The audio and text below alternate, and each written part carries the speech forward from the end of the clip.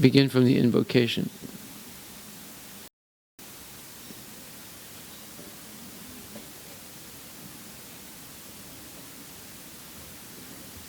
Okay, so I'll say it first, then you repeat.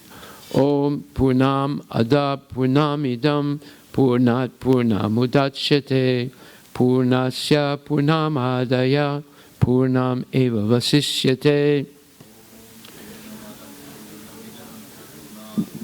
Udachyate Purnasya Purnamadaya Ishavaishyam idam sarvam jatkinja jagatyam jagat tena taktena bunjitaha magridaha kashisviddanam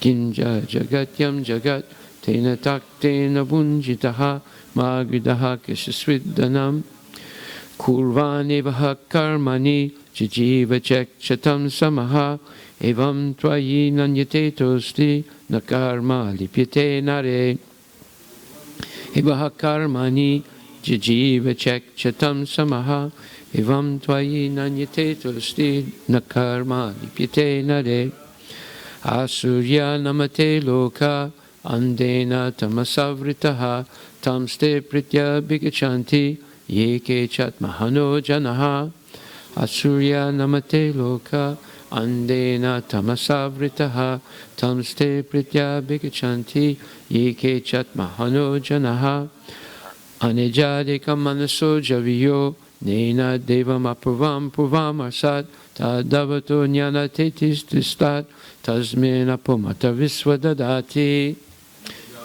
tadnejati tadure tadvantike Tadantarasya sarvasya tadu sarvasya syabhayataha. Okay, let's do it again. Go back to the previous one. Anejadika manaso javiyo nena devam apurvam purvam arsat tadavato jnana teti tistat tasmen apo matavisva dadati. Go ahead. Anejadikam Tadavato jnana teti tistat tasmin apomarta visva dadati tadejati tanejati taddure tadvantike tadantarasya sarvasya tadu sarvasya syabhayataha taddure tadvantike tadantarasya sarvasya tadu sarvasya syabhayataha Yastu sarvani bhutani atmani evanupasyati sarvabhute suchatmanam tato na vijagupsate atme sarvabhute suchatmanam tato na vijagupsate yasmin sarvani bhutani atmeva bhut vijanataha tatra ko mahakaha sukha ekatvam anupasyataha atmeva bhut vijanataha tatra ko mahakaha sukha ekatvam anupasyataha sa prayagachukhamakaya navrinam asnaviram sudam apapavidam kavir manisi paribhu swayambhu yata tat yutoritan vyadadach chasvatipyaha samabhyaha. Okay, start over. Start again. Sa prayagachukhamakaya mavrinam asnaviram sudam apapavidam kavir manisi paribhu swayambhu yata tat yutoritan vyadadach chasvatipyaha samabhyaha tat yutoritan vyadadach chasvatipyaha samabhyaha andam tamaha pravisanti ye vidyam upasyate tato bhuyayavate tamo yayu vidyayam rataha. Okay, start again. Andham tamaha pravisanti ye vidyam upasyate tato bhuyayavate tamo yayu vidyayam rataha. Next. Anyad evahur vidyaya anyad ahur avidyaya iti susrumadiranam yenastad vichachakshire. Vidyaya anyad ahur avidyaya iti susrumadiranam yenastad vichachakshire. Vidyam cha yas yastad vedobhayam saha avidyaya miritum tirtva vidyayam ritamastute. Yam cha yas yastad vedobhayam saha avidyaya miritum tirtva vidyayam ritamastute. Antam tamaha pavisanti ye sambhutim upasyate tato bhuyaiva te tamo yayu sambhutam rataha. Anti ye sambhutim upasyate tato bhuyaiva te tamo yayu sambhutam rataha. Anyadevahur sambhavat anyadahur sambhavat iti susrumadiranam yenastad vichachakshire. Start again. Andam tamahap. No, next one. Anyadevahur sambhavat. Go ahead. I'm going to start all over. 1, 2, 3. Anyadevahur sambhavat. Anyadahur sambhavat. Iti susrumadiranam yenastad vichasakshire. Okay. Sambhutim cha vinasam cha yastad vedobhayam saha. Vinasena militum tirtva sambhutam ritamasnute. Sambhutim cha vinasam cha yastad vedobhayam saha. Vinasena militum tirtva sambhutam ritamasnute. Hiranmayana patrena satyasya pihitam mukam tatvam pusam apavrinu satyadharmaya dristaye. Hiranmayana patrena satyasya pihitam mukam tatvam pusam apavrinu satyadharmaya dristaye. Pusane kaseyama surya prajapatya vyuha rasmin samahatejo yatte rupam kalyanatamam tate pasyami so yo savaso purushaha sohamasmi. Pusane kaseyama surya prajapatya vyuha rasmin samahatejo yatte rupam kalyanatamam tate pasyami yo savaso purushaha sohamasmi. Vayuranilam amritam atedam basmantam sariram om kratosmara kritam smara kratosmara kritam smara. Anilam amritam atedam basmantam sariram om kratosmara kritam smara kratosmara kritam smara. Om Agnenaya Supataraya Esman Vishwani Deva Vayunani Vidvan Yodajma Juhuranamino Puyustam Te Nama Uktim Vedema Om Tat Sat. Om Agnenaya Supataraya Esman Vishwani Deva Vayunani Vidvan Yodajma Juhuranamino Puyustam Te Nama Uktim Vedema Om Tat Sat. Om Purnam Ada Purnamidam Purnat Purnamudachyate Purnasya Purnamadaya Purnam Eva Vasishyate.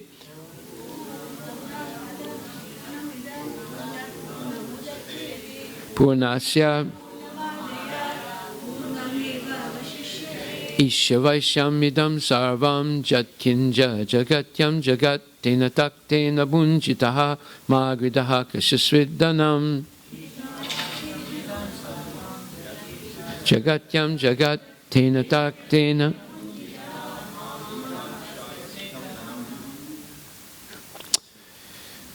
Kurvan Evaha Karmani Jijiva Chekchatam Samaha Evam Tvayi Nanyate Tosti Nakarma Lipite Nare. Jiva Chekchatam Samaha Nakarma Lipite Nare. Asurya namate loka andena tamasavritaha tamste pritya bhikachanti yeke chatmahano janaha.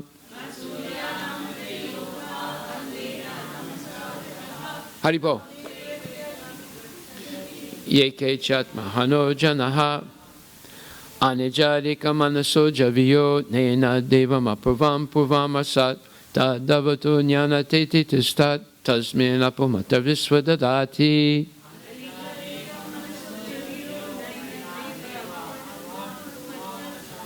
Tadavatu jnana teti tistat tasmin apomata visvadadati.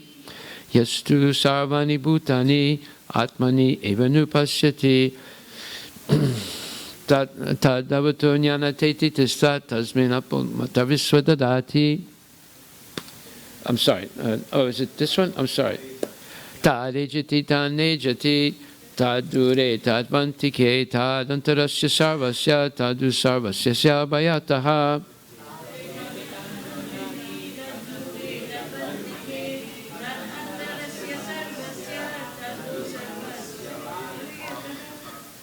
Yastu sarvani bhutani atmani evanupasyati sarvabhute suchatmanam tatona vijagupsate.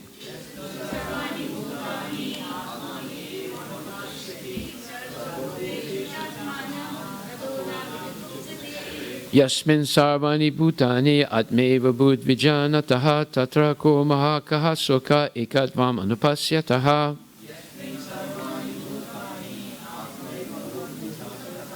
Tatra ko mahakaha soka ekatvam anupasyataha.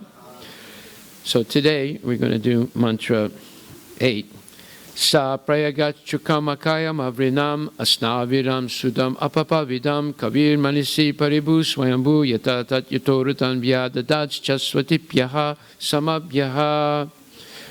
Sa prayagachukam akayam avrinam asnaviram sudam apapavidam kavir manisi paribu swayambu yatatat yatorutan vyadadaj chasvatipyaha samabhyaha.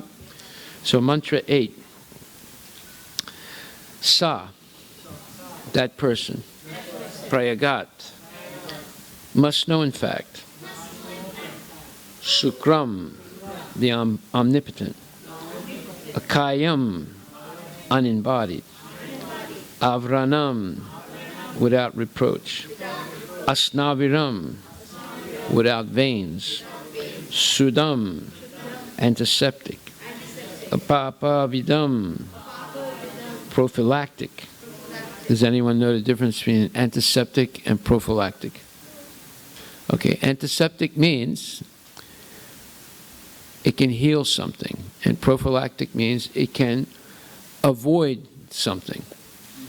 So, antiseptic, anti means against, septic means disease, right?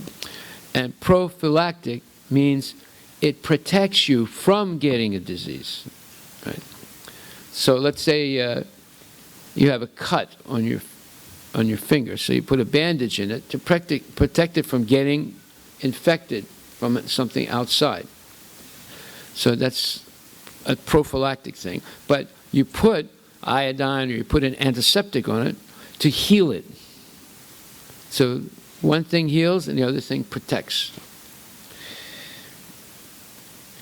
Kavi, omniscient, which means all-knowing. This is it's a Latin word. Omni means all, and sentient or means like knowing. Yeah. Manisi, philosopher. Paribu, the greatest of all. Swayambhu, self-sufficient. Yatatat yata. Just in pursuance of. Artan, desirables. Vyadadat, awards. Saswati, bya. Saswati bya. Immemorial. That means you don't know when it began. And samabhyaha, time. Translation: such a person must factually know the greatest of all, the personality of Godhead, who is unembodied, omniscient, beyond reproach, without veins, pure and uncontaminated, the self-sufficient philosopher who has been fulfilling everyone's desire since time immemorial. Why does it say he's without veins?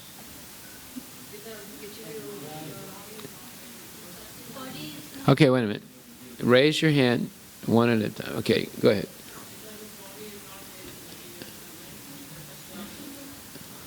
Right. So what is his body made of? He has a body, right? What? Yes, which means?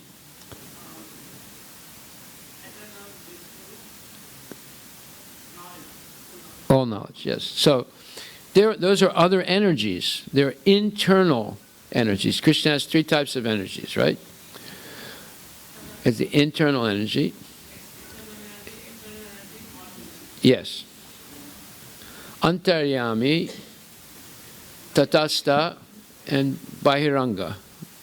Three types of energies, right? So, the Satchitananda, internal energies of the Lord. Now, our soul is part and parcel of what?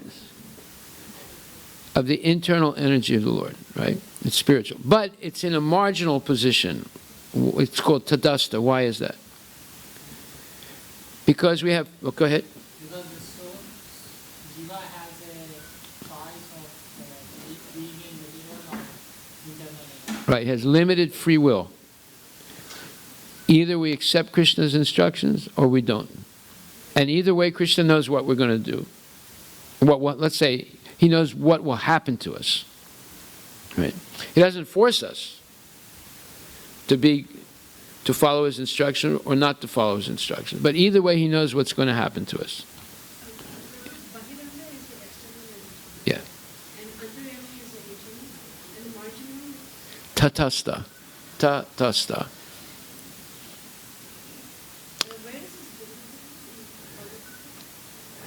Yeah, it might be given here also.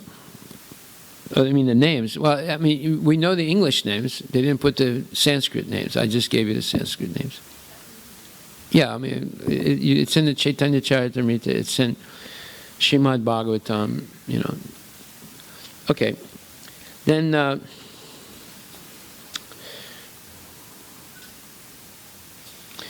I want to ask some questions from yesterday. Yesterday was a very interesting purport.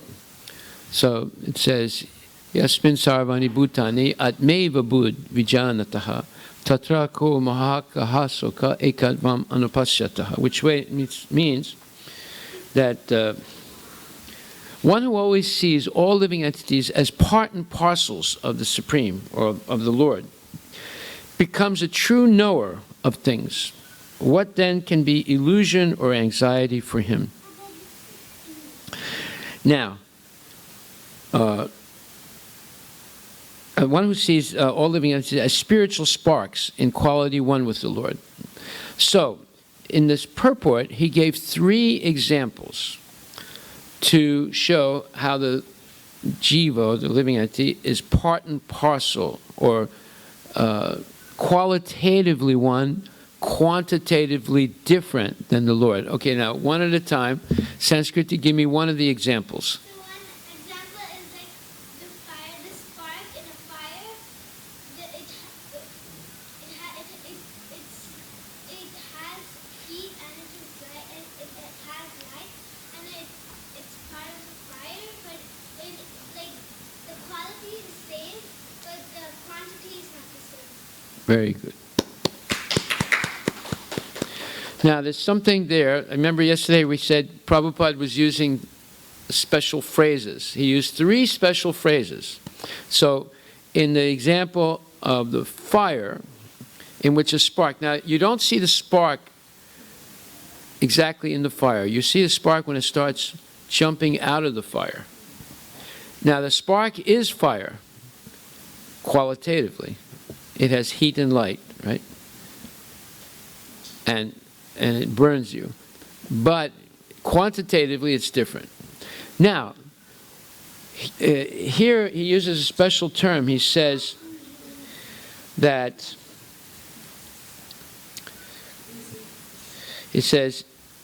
no, wait a minute. It says, the living entities are qualitatively one with the Supreme Lord, just as the sparks of a fire are qualitatively one with the fire. Yet sparks are not fire as far as quantity is concerned, for the quantity of heat and light present in the sparks is not equal to that in the fire. The Mahabhagavata, the great devotee, sees oneness in the sense that he sees everything as the energy of the Supreme Lord. Since there is no difference between the energy and the energetic, there is the sense of oneness. So the first special phrase he used was in the sense of. And he explains it in terms of energy and energetic. So, for example, the energy of Donald Trump is his money. And the person that produces that energy is the energetic Donald Trump. Okay? So, the energy, antaryami, tatastha, bahiranga, is the energy, right? And the energetic is who? Not Donald Trump. It's Krishna. These are his energies. So, in the sense of there's no difference between the energy and the energetic, there is oneness between the spark and the fire, in the sense that the spark is qualitatively one, but not quantitatively one, right? So that's example one. Now there's example two. To explain qualitatively one, quantitatively different. This is called, in Sanskrit, achintya beda abeda tattva. Now, we will discuss this later on, but Ramanujacharya was teaching Vasista Advaita, right? And Lord Chaitanya is teaching achintya beda abeda tattva. There's very little difference between these. These are all Vaishnava, let's say, tattvas. But there is a major difference with Sankaracharya, who's teaching Kevala Advaita. Now, there's Vishnu Swami and there's Nimbarka Swami. Vishnu Swami, if I'm not mistaken, is teaching Dvaita Advaita. And, no, that's Nimbarka Swami, is teaching Dvaita Advaita. And Vishnu Swami is teaching, I forget the exact term, I'll look it up. I think it's qualified Advaita, something like that, okay? So, but we're going to learn today what achintya beda abeda tattva is. That means simultaneously and inconceivably one and different. This is the Vaishnava philosophy taught by Lord Chaitanya. Now, he just gave an example of the spark and the fire. It's qualitatively one, quantitatively different, right? Now, we'll get to that later. It's only a slight, very slight little difference. It's not really a difference. Okay. Vasista Advaita. Vasista Advaita means qualified oneness. Okay. Nimbarka is Dvaita Advaita.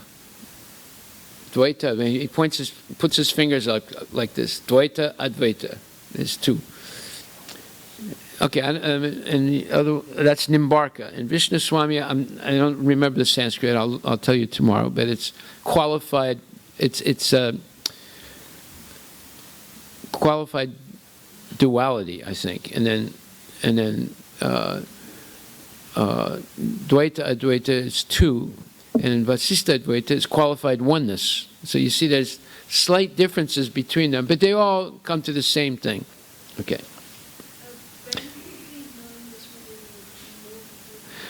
When we get to it. I'm just giving you hints about it, so you understand. So, let's answer the question. What's the second example? Okay, now wait a minute. All right, go ahead, you tell it. That's the third one. We'll come to that, but that's correct. Second example. Let's get some other people. Those two know. Let's get some. Come on. Huh? That is like a fourth one. Yeah. All right, look in the purport. Tell me.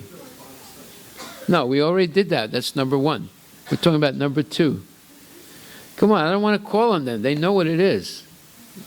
You have to learn this. Okay, Pooja. Quality, the quality of this drop of ocean water drop. Actually, there's one before that. You have to look carefully at the purport. Okay, go ahead. Yeah. The salt in one drop of the ocean water is going to be. No, there's one before that.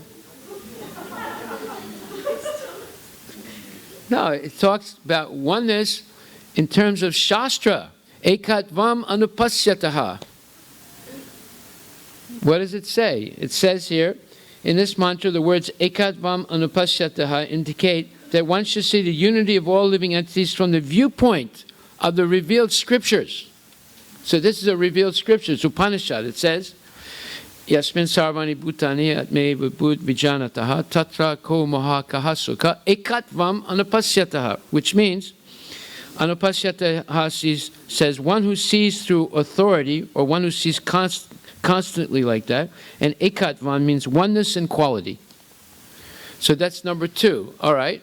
Now, you said number 3. What's number 3? Now, I told you, the concept of starting top, qualitatively is less, same, but quantitatively is less as compared to the starting. Yeah, so there's a constant in the ocean. Ocean is all over the world. It's vast, right?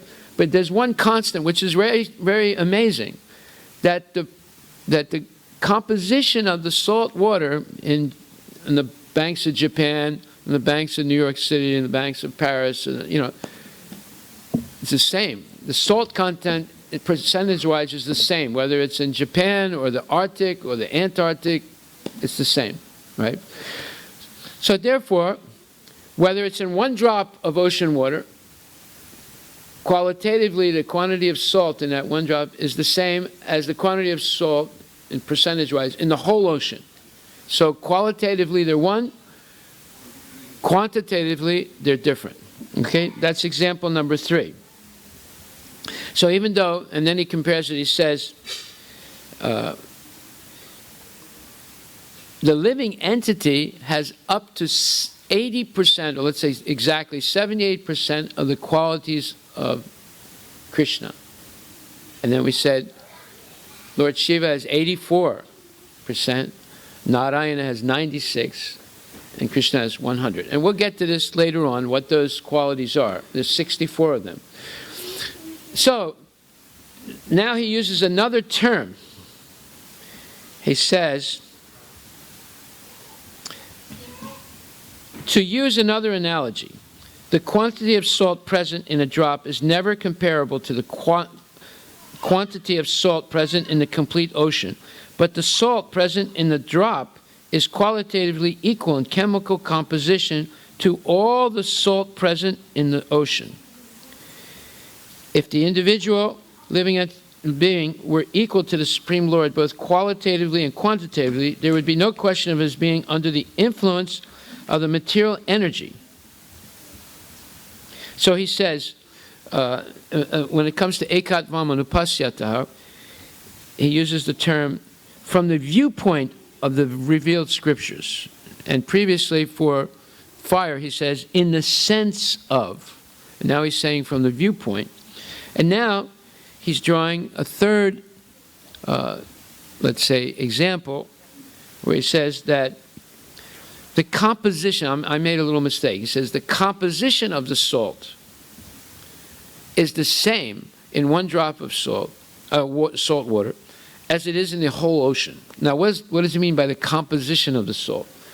The salt is normally 97% sodium chloride and 3% trace minerals. And those trace minerals are many, but they're all in minute quantity. So he's referring to the composition of the salt. Now, when you buy Morton salt in the supermarket, that's 100% sodium chloride, but the government mandated Morton to put in a little bit of iodine. He took it out before. He took out all the trace minerals and he sells them to chemical companies, but because people get sick by eating pure sodium chloride, the government mandated that Morton put back a little bit of iodine in the salt. So therefore he advertised, this is salt that's iodized. You see, that's complete nonsense, basically, because he took it out and then he was forced to put it back in because people were getting seriously sick by eating pure sodium chloride. Okay. All right, now the fourth example, who gave that fourth example? Who mentioned it? Yes. Okay, what is that example? Just on the family members in the slave. Yeah, and he uses a special phrase here. He says, in the broader sense, there should be one goal in the family, that is to cooperate with the godfather or the grandfather or whatever, and they all work as if one unit for the welfare of the family. So he says, in a broader sense. So he says, in one sense, then he says, from the viewpoint of revealed scriptures, and now he's saying, in a broader sense, they're all individuals in the family, but because they work cooperatively, it's like one unit, right? So he says, in exact words, therefore, Ekat Vam does not mean that a living being is equal in all respects to the Supreme Lord. It does, however, indicate that in a broader sense there is one interest, just as in a family the interest of all members is one, or in a nation the national interest is one, although there are many different individual citizens. Since the living entities are all members of the same supreme family, their interest and that of the Supreme Being are not different. So all four of these examples are explaining oneness and difference. Oneness and the simultaneous oneness and difference.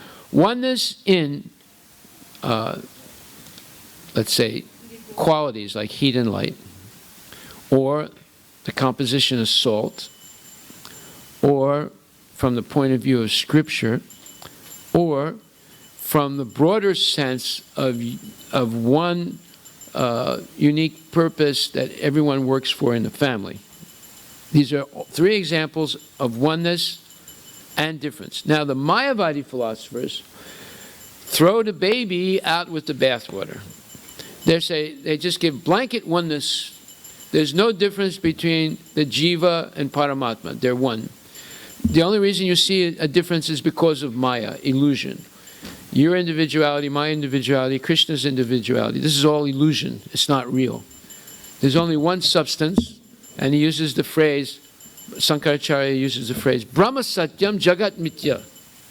Brahman is the truth, Jagat is false. Jagat means the material world, and everything you see here, even Krishna's incarnation, it's all illusion, it's not real.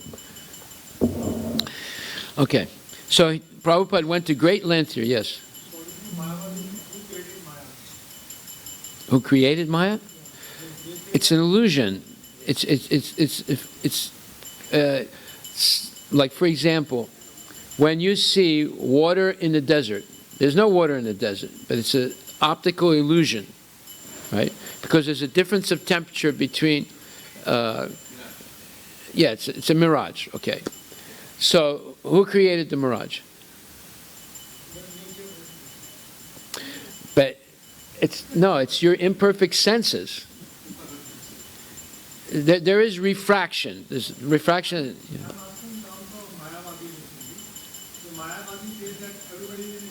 No, they have no explanation of who created, because they think Brahman is not a who or a he or it.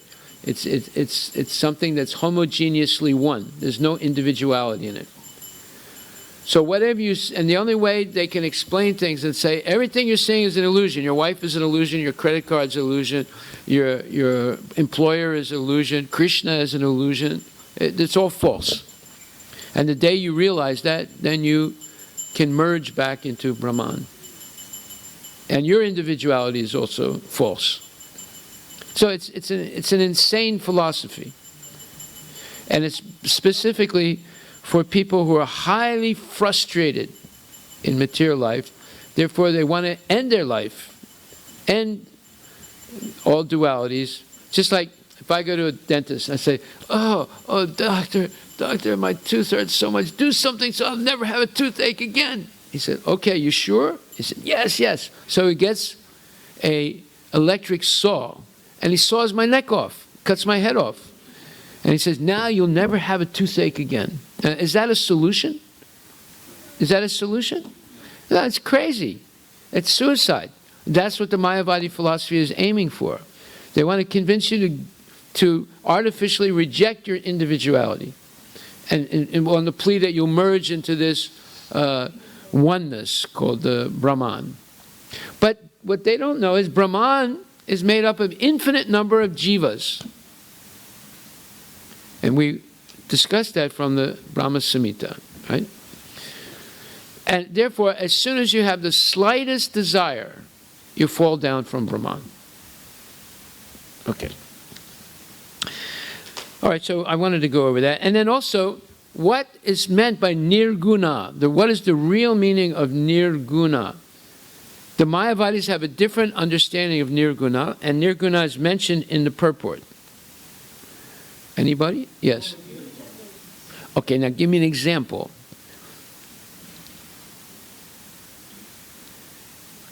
When Krishna appears in his transcendental body, right, made of Satchitananda, he is referred to as nirguna.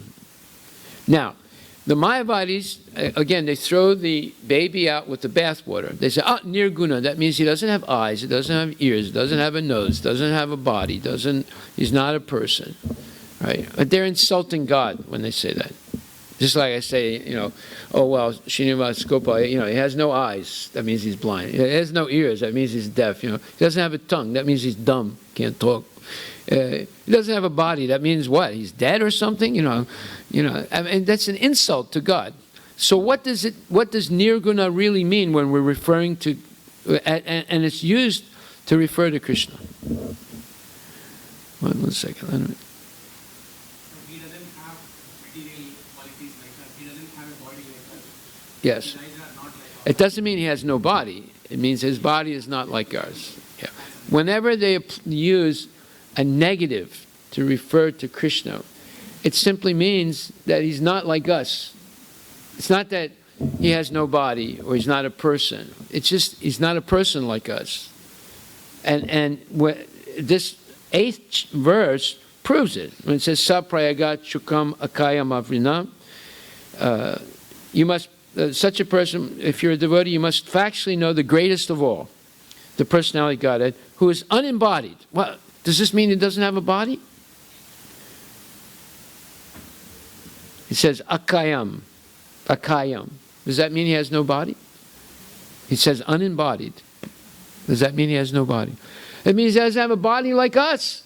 Our body is different than our soul. You understand? But Krishna's body is not different than his soul. Therefore, it doesn't have a body like us. It doesn't mean he has no body. It means his body is different than our body.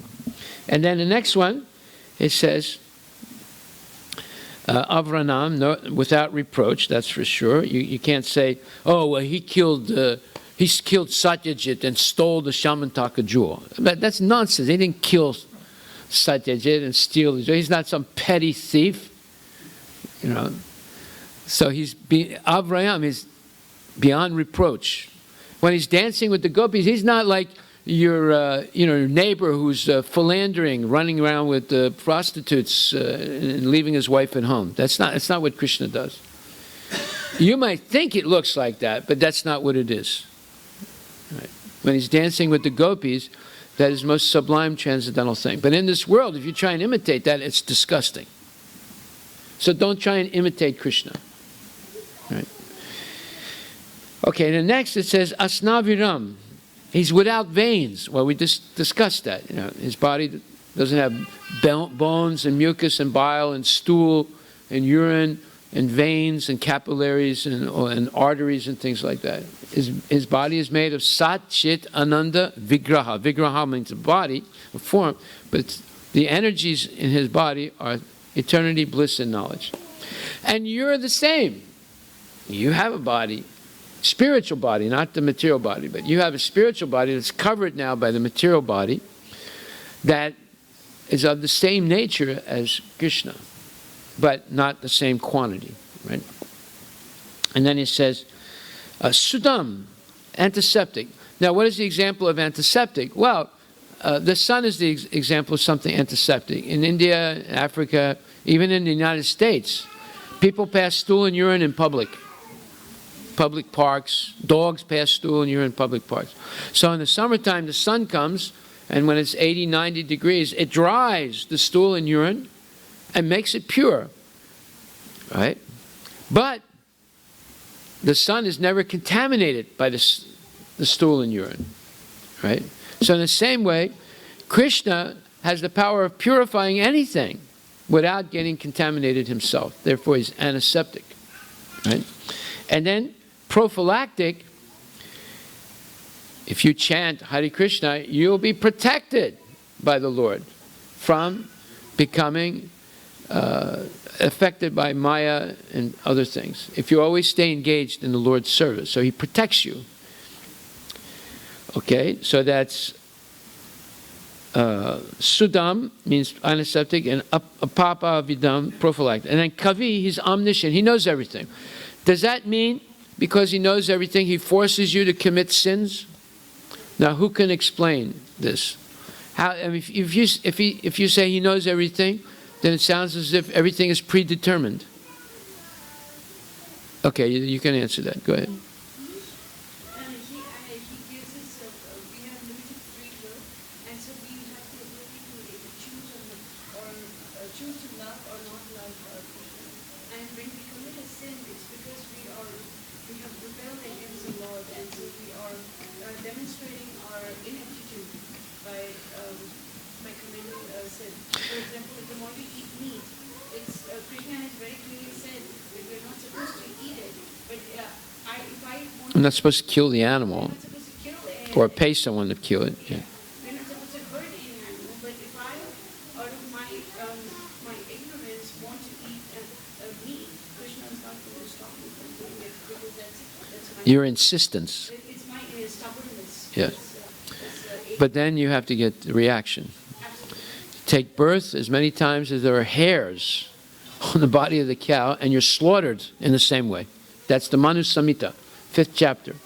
Very serious.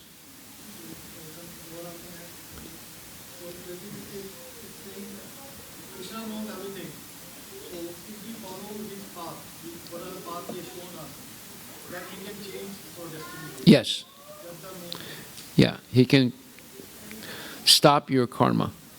Right. Good. And he knows everything in this way. Let's say you're walking down the street and you see a person sitting on the branch of a tree sawing it off. Right? Sawing it off where it touches the trunk of the tree, and he's sitting, on the other side. So, do you know what's going to happen to that person? You don't? Yeah, as soon as he finishes cutting off the branch, he's going to fall down. So you say, hey, buddy, excuse me, 1 second. He say, hey, what do you want? Say, if you keep doing what you're doing, you're going to fall down and you might break your arm. He say, what do you know? You don't know anything. Get out of my face. Oh, okay. So you keep walking, and then all of a sudden you hear this crash, and you hear someone scream, and then he runs toward you and said, hey, man, you're a prophet. How did you know I was going to fall down? You see? Well, how did he know? It's just simple. If he's sawing off the branch of the tree, then eventually he's going to fall down. So in the same way, when you see people smoking marijuana, you know what's going to happen to them.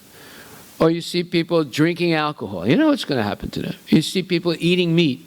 You see people, doing all kinds of nonsensical things, gambling, right? You know what's going to happen to them. They're going to get zapped by the laws of material nature. And they'll be forced to take birth again. And maybe not even as a human being, depending on the severity of the sinful activities they commit. You know what's going to happen. And you know what's going to happen to you if you do the same thing. But if you don't do that, you follow the principles of Dharma, you know what our friend Sanjay Prabhu said. What's going to happen if you follow Krishna's instructions, Sanjay Prabhu? We follow Krishna's instructions, and Krishna can change the destiny. Yeah. Okay, there's two things. We said there's fate, F-A-T-E, and destiny. What's the difference between the two? Sometimes they're used interchangeably, but there is a difference. Yes? Based of previous karma, Yeah. destiny for the future. What are the what you are doing today? That will decide your destiny. Exactly right. Here's a gentleman that's listening to the class. Okay, you want to repeat that? What's the difference between fate and destiny? Fate is fate, F-A-T-E, Not F-A-I-T-H, but F-A-T-E. They pronounce almost the same. You have to be careful. Go ahead. it's because of the past karma, Yes. and That's what's going to happen to you now because of the past karma. And you can't really change it. destiny is which will be No, it's like this. Destiny is like this. Tonight you were thinking, oh, should I go to the class?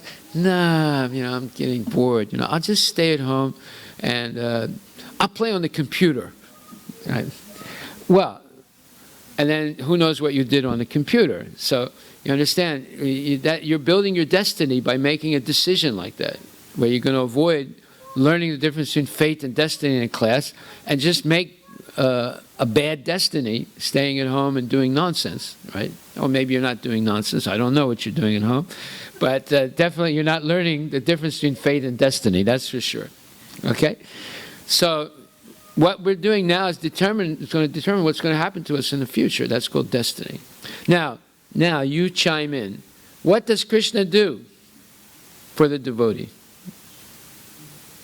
protect the devotee, and whatever we lack, he will provide him. No, but he's going to stop the fate and help you make a bright destiny, right? By listening to him and following his instructions. No one else can stop the fate. Nobody. Even Shiva, even Brahma cannot really stop the fate. They can maybe mitigate it a little bit, but it's not going to be changed. Only Krishna can stop the fate. Okay. Prabhu, I have a comment here. When Hanuman goes to Ram and then he advises him, he says that if you oppose Ram in battle, not even Shiva and Brahma will be able to save you. Yes. He says that so boldly, Prabhu. Yeah. And not even Shiva or Brahma would be able to save you if you oppose Ram in battle. Yes. So even Brahma and Shiva cannot change the fate. Yes. That only the Lord can do. See, Hanuman is a great devotee, and because of that he knows all the secrets of spiritual knowledge. I've never ceased amazed to see how the scriptures are so congruent. They are so Yeah. cohesive. It's consistent. Very consistent. Very consistent. Okay, and the next one, it says, yeah. Sometimes people say that if you are devotee musician, so if something is going to come on your way, like some bad thing, so instead of coming as a big bad thing, it will come as a small thing. Yes. Yes. Krishna reduces it to some token thing rather than, Okay. So the next word is manisi, philosopher. What does that mean? Philosophy means darshan. Yeah, go ahead. What's it mean? So what does a darshan mean? Correctly, right. So this mantra is about, the previous mantra was about seeing correctly. What does the previous mantra say? One who, ekat vamanupasyatāh, seeing through Scripture the oneness of the living entity and Krishna. Right. And then there's 4 examples of oneness. By the way, those 4 examples are what you would call, in one sense, Visistadvaita, qualified oneness. See, each one is qualified. One is scriptural, one is the spark and fire, one is the salt and the drop and the salt in the ocean, and the other is oneness in the family. All those are called Visistadvaita, qualified oneness, right? There's a quality. That's why he says, in the sense of, in the broader sense, and so forth.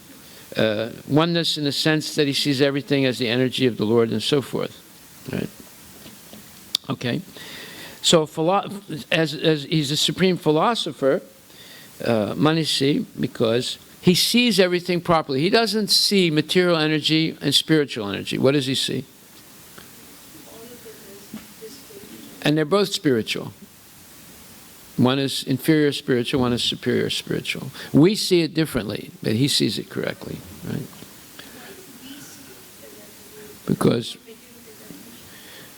Because we're attached to dominating the material energy. So we have to see it as separate from Krishna, right? It's just like if you lose your wallet, but your wallet has a microchip and it's connected to some network, right?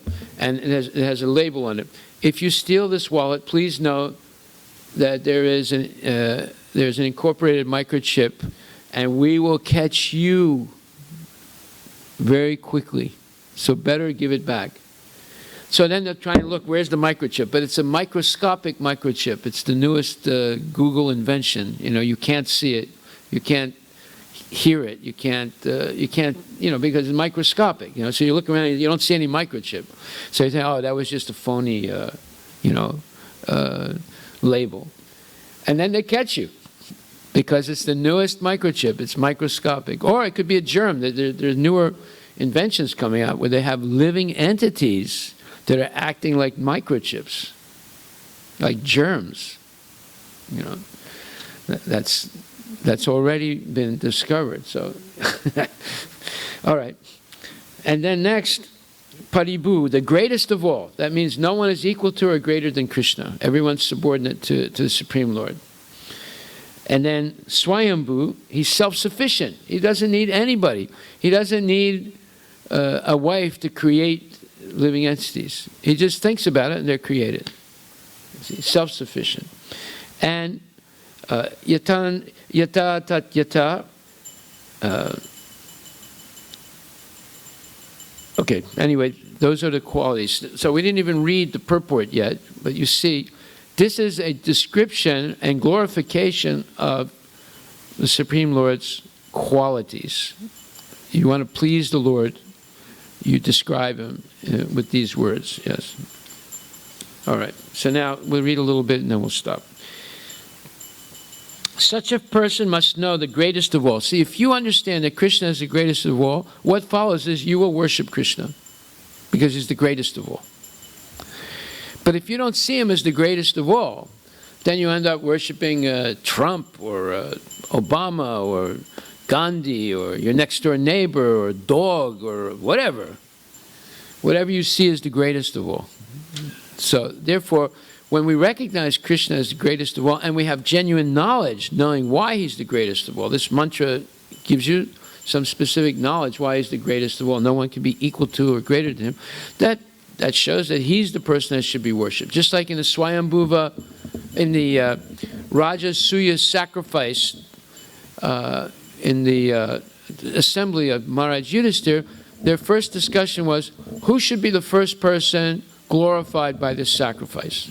So immediately, Pandava says, Krishna, he's the greatest. But what did Sisupala say? Why should he be decided? Yeah, why should, he's a low-class guy, you know, we don't have to, you know. Yeah.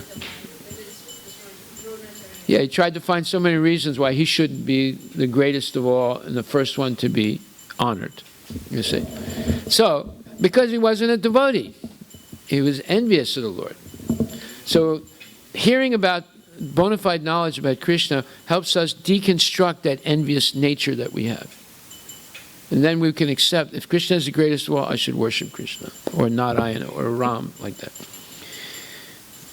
So such a person must factually know, not emotionally say, oh, I like Krishna because he has a flute.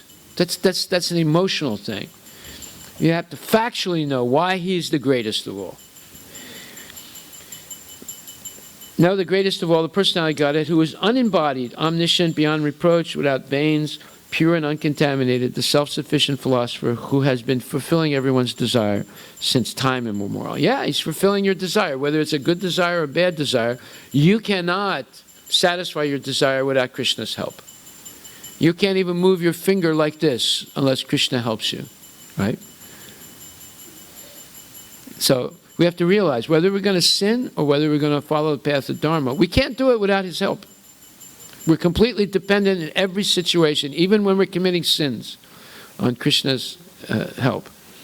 Here is a description of the transcendental and eternal form of the absolute personality of Godhead. The Supreme Lord is not formless. He has his own transcendental form, which is not at all similar to the forms of the mundane world. The forms of the living entities in this world are embodied in material nature, and they work like any material machine. Ishvara sarvabhutanam, Ishvara para sarvabhutanam, hriday serujina tistati, Brahmayan sarvabhutani, yantarudrani mayaya. It's Bhagavad Gita, 18th chapter, 60. This says that the Lord is in the heart of every living entity, and he is directing the wanderings of the living entity as if they're situated on a machine. What is the machine? Machine is the material body. It's the yantra. Just like if you go to an amusement park and you go and pay to get into the crashing car amusement, right? Verse 61, 1861.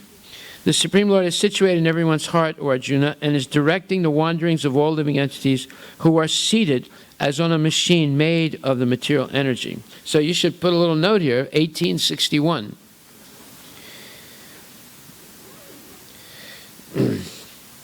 The anatomy of a material body must have a mechanical construction with veins and so forth, but the transcendental body of the Supreme Lord has nothing like veins. It is clearly stated here that he is unembodied, which means that there is no difference between his body and his soul. There you go, the definition of nirguna. We are not nirguna because there's a difference between our body and the soul. Krishna is nirguna because there's no difference between his body and soul. He doesn't have any material qualities, such as veins and mucus and so forth. Nor is he forced to accept a body according to the laws of nature, as we are. In materially conditioned life, the soul is different from the gross embodiment and subtle mind. For the Supreme Lord, however, there is never any such difference between him and his body and mind. He is the complete whole, and his mind, body, and himself are all one and the same. Okay, so we'll stop right there, and we'll continue Monday.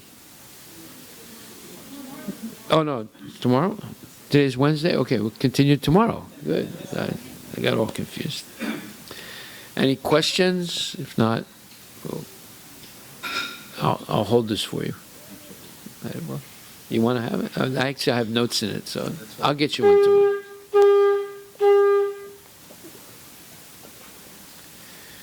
Any questions?